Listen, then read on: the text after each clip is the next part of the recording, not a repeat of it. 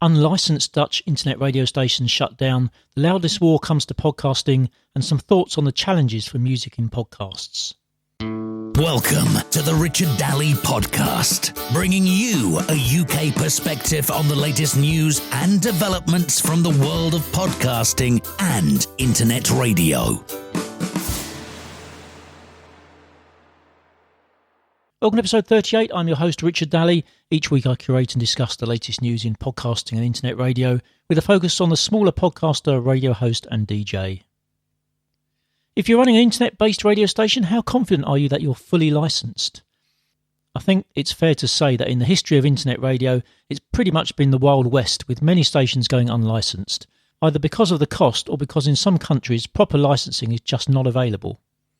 If you run an internet radio station from Holland, then you might want to rethink your approach. The Dutch anti-piracy group Breen says it's forced 3 unlicensed internet radio broadcasters to obtain licensing and another one to shut down.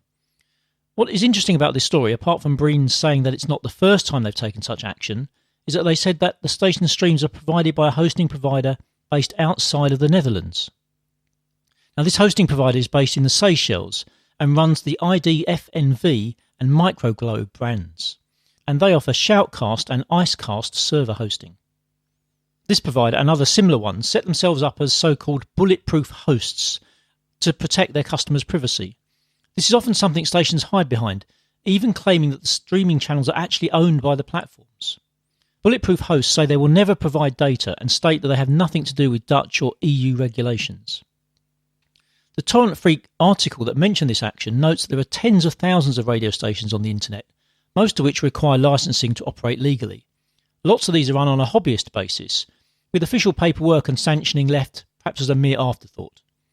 In many cases this works out fine, but it looks like regulators are starting to catch up with the technology providers, and the hosts and their customers may not be able to avoid enforcement action forever. If you have a podcast, do you publish it at a particular LUFS level? Do you even know what LUFS are? The loudness war used to be reserved for radio, where it was once believed that louder was better as it attracted more listeners. It then became an issue in TV, where adverts were often louder than the programmes, as it was thought it would make them more attractive. Loudness normalisation and targets were set to try and address these differences, and the LUFS standard was developed to normalise different audio programmes to the same perceived loudness.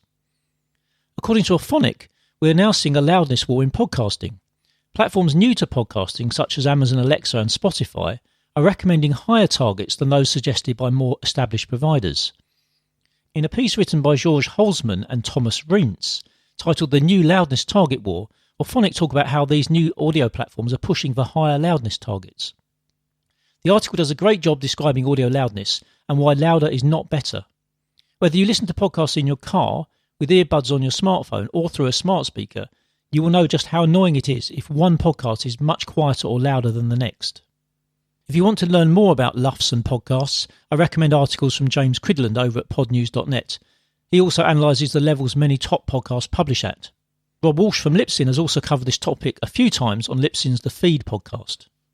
Auphonic themselves recommend -16 LUFS, and that is what this podcast is published at for all platforms. I'll put a link in the show notes to the Auphonic article, as well as podnews.net and Libsyn. Of course, you'll find the show notes for this episode at richarddaly.com/38. So what's driving the current boom in podcasting? According to a new report published for the BPI, it's due to a growing listenership among millennials and for music artists and record labels engaging with their fans. The BPI is the body that represents the British recorded music industry. They're responsible for the annual Brits Awards that celebrate the best of British music. Now, I don't think we can say that all growth we have seen is due to the music industry waking up to podcasting, but as I mentioned last week, we are definitely seeing more musicians starting podcasts. The report says that 20% of listening time among people between the ages of 15 and 24 was spent on podcasts, compared to 24% on live radio and 26% on music streaming. A survey of artists, labels, managers and others in the music industry found that 92% of those who responded agreed with the view that podcasts can help to promote music acts. There are a number of other useful stats on British podcasting, as well as more details of the survey in the report, so I'll link to the BPI report, Pod Only Knows What's Next for Music and Podcasts, in the show notes.